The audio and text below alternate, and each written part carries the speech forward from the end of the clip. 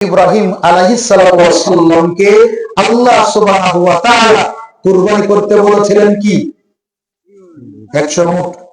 এখনো বলছেন প্রিয় বস্তু নিজের পুত্র ইয়া বুনাইয়া ইন্নী আরা ফিল মানাম আন্নী আসবাহু। আজও বলছেন প্রিয় বস্তু, আজ থেকে তওবা করেন। খালি বানানোতে একটা সীমা রেখা আছে, আল্লাহকে মিথ্যা সাব্যস্ত করার শব্দ সবই নবীকে স্বীকার করা। আল্লাহ বলছেন যে ইব্রাহিম স্বপ্নে দেখলো রাত্রে, সকালবেলা বেটাকে ডেকে বলছেন এই ভাষাতে, ইয়া বুনাইয়া, হে বেটা, হে বৎস, হে আমার ছেলে, ইন্নী আরা ফিল মানাম, নিশ্চয় অবশ্যই আমি স্বপ্নে দেখলাম কি, আন্নী আসবাহুকা, আমি তোমাকে অবশ্যই জবাই করছি। কাকে জবাই করছি? কোন বেটাকে? ইসমাইলকে। এভাবে একবার সরাসরি বলে, আমি স্বপ্নে দেখলাম ইসমাইল তোমাকে জবাই করছি, তুমি জবাই হবা কিনা বলো। মতামত কি বাদ, সরাসরি সিদ্ধান্ত। এখন এতদিন এই উলট পালট শিখে এখনো ঠিক হয় না আমার ভাই, কাজ করেন না ভাই, আপনার ভালো লাগে তাই বলতেছি। জি, সকালবেলা বেটাকে বলছেন ইসমাইল তোমাকে জবাই করছি, তুমি হবে কিনা বলো। মত ফাঞ্জুর মাজা তারা বাদ দেন।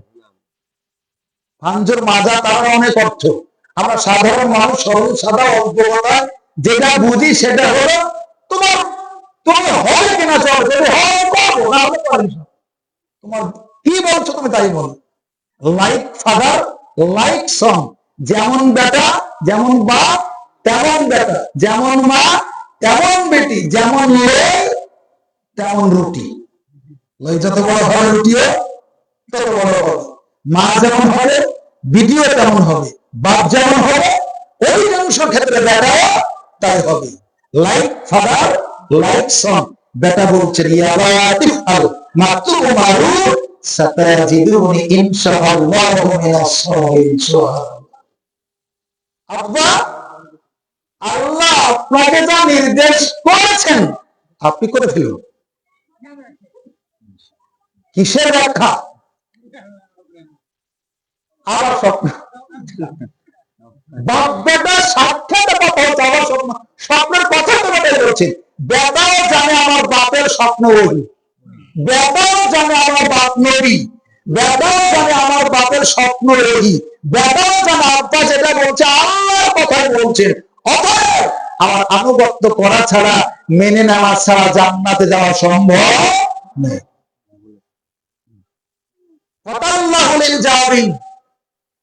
যাচ্ছেন হাজারিকে বলছে সাজিয়ে দাও, নানার বাড়িতে নিয়ে যা, ওর গলা চিপে ধরে মেরে ফেলবেন স্টেজের লোকটা। এই দেখ কেন নানার বাড়ি কোথায়, নানার নাম কি, ইতিহাস বলেন। ইব্রাহিম খাদ্যের অভাবে যাচ্ছেন তার বউকে নিয়ে মিশরে, শোনেননি ঘটনা? তো যাওয়ার পথে লম্পট ও লুচ্চা ছিল। লুচ্চা গ্রামীণ ভাষাটা বুঝেন না, এর সাথে গ্রামীণ ভাষা বলতে পারবো।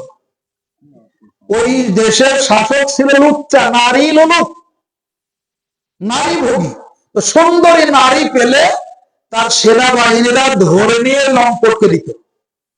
তখনকার পৃথিবীতে সারার চাইতে সুন্দরী মহিলা পৃথিবীতে ছিল না, ওই বৃদ্ধ বয়সেও। তখন তাকে জিজ্ঞেস করা হলো, একটা নিয়ম ছিল, কোন পুরুষের সাথে নারী থাকলে যদি বউ হতো তাহলে ছিনতাই করা হতো, তার সাথে স্বামীকে হত্যা করা হতো, অন্য কেউ হলে হত্যা করা হতো না। ইব্রাহিমকে বলছেন যে আপনার সাথে এই মহিলা কে? তখন তিনি বলছেন ও আমার বোন। ছেলে নিয়ে যাওয়ার সময় যখন যাচ্ছেন তখন ইব্রাহিম বলছেন যে সারা শোনো, ওরা আমাকে জিজ্ঞেস করে জানতে চেয়েছে তুমি আমার কে? আমি কিন্তু বলেছি তুমি আমার বোন। ধর্মের দিক দিয়ে অবশ্য তুমি আমার বোন, পৃথিবীতে আমি তুমি ছাড়া আর মুসলিম কেউ নেই। আমার ভাতিজা লূত আছে, তুমি আমি তিনজন, এই পৃথিবীতে আর কেউ নেই আল্লাহকে মারার মতো। আমি তোমাকে ধর্মের দিক দিয়ে বোন বলেছি, তোমাকে জিজ্ঞাসা করলে তুমি বলবা আমি তোমার বোন। বুঝতে পারেনি। তিন জায়গাতে ইব্রাহিম কৌশল অবলম্বন করে মিথ্যা বলেছিলেন, তার একটা এই জায়গা। আর আরেকটা জাতির লোকেরা সবাই মেলাতে যাচ্ছিল, তো ইব্রাহিমকে বলছে, ইব্রাহিম চলো মেলাতে যায়। তখন তিনি আসমানের তারকার দিকে তাকিয়ে বলেছিলেন, এমনি সাকের আমি অসুস্থ। অবশ্য তিনি মানসিক ভাবে অসুস্থ ছিলেন। মানুষ সূর্যের পূজা করত, তারকার পূজা করত, চন্দ্রের পূজা করত, আর তিনি ভাবতেন এগুলোর রহস্য কি। আল্লাহ বলছেন ফালাম্মা জান্না আলাইহিল লাইলু রাআ কাওকাবা, ওইদিকে যাব না।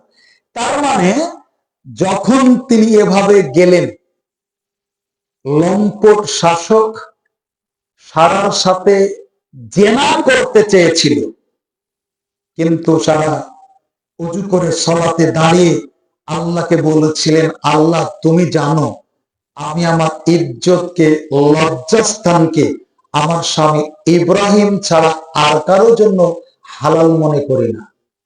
আমি তোমাকে বিশ্বাস করি, আমি তোমার নবী ইব্রাহিমকে বিশ্বাস করি। এই বিশ্বাসের দ্বারা তোমার কাছে সাহায্য চাচ্ছি, আল্লাহ তুমি আমাকে হেফাজত করো। লম্পট যখন তাকে ধরতে চাচ্ছিল, তখন হাতটা শিলের মতো অবশ্যই পড়ে যাচ্ছিল। অন্য বিবরণ এসেছে মাটির উপর পড়ে মৃগী রুগী যেমন গঙ্গায়, এভাবে গঙ্গাতে লাগলো। 1 2 3 বার যখন তার চেষ্টা ব্যর্থ হলো, তখন বলছে, এই শোনো, কে কোথায় আছো? এটা সব, এটা মানুষ নয়, এটা শয়তান। মানে যদি জেনা করতে পারতো তাহলে মানুষ হতো, আর জেনা করতে পারেনি তাই মানুষ না, শয়তান। তখন এই লম্পট শাসক হাজেরা নামক একটা দাসীকে উপহার দিয়েছিলেন, কাকে না, সারাকে, ইব্রাহিমের বোনকে। আর এই দাসীর পেটে ইসমাইলের জন্ম।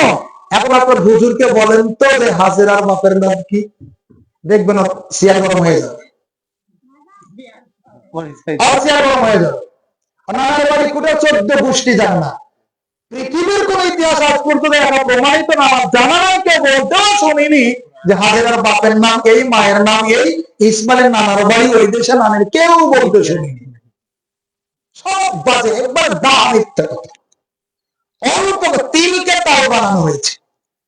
প্রিয় বস্তু কুরবানি করতে 100টা কুরবানি করলেন, আর বাড়িতে ভাত খাওয়ার জন্য চাউলই নাই। 100 কোথায় পাবে? এটা আল্লাহ কবুল করলে না, পরের দিন আবার 100 গুণ কুরবানি করলে। এত মিথ্যা কথা মানুষ বলে। ওই দিকে যাব না। এখন যেটা বোঝাতে চাচ্ছিলাম, আল ইশরাকু ফিল মুহাব্বাত, ভালোবাসার ক্ষেত্রে সে আল্লাহ কি ইসমাইলের গোশত খাবেন? নাউজুবিল্লাহ। তিনি ইব্রাহিমকে পরীক্ষা করতে চেয়েছিলেন, তাই না? যখন ইসমাইলকে সোয়ারের ছুরি চালাচ্ছেন, রাগ করে ছুরি ফেলে দিল, পাথর কেড়ে গেল, ডাক মিথ্যা কথা। চোখ বাঁধলো ইসমাইলকে, বেটা আব্বা দয়া হচ্ছে মনে হয়, আপনি তাকিয়ে থাকেন, কিচ্ছু নাই গুলো। সরাসরি বলছেন জবাই করছি, মতামত কি বলছেন করে ফেলেন। তখন তিনি করতে লাগলেন। আল্লাহ বলছেন, ইব্রাহিম দেখছেন নির্জন প্রান্ত, ডাকে কে? পিছন ফিরে দেখেন একটা দুম্বা দাঁড়িয়ে আছে। আল্লাহর হুকুমে ইসমাইলকে ছেড়ে ইব্রাহিম দুম্বা জবাই করে কোরবানি দিলে আল্লাহ বলছেন, জান্নাতি দুম্বার বিনিময়ে আমি ইসমাইলকে রক্ষা করব। শেষ। এত ইচ্ছা কিসের? শোনেন, কিসের বল? আপনি একটু পড়েন, আপনি একটু পড়েন। এই সূরা সাফফাত 100 আয়াত থেকে শুরু করে পরের কয়েকটা আয়াতের খালি অনুবাদ পড়েন, আর কিছু লাগবে না, অনুবাদই যথেষ্ট।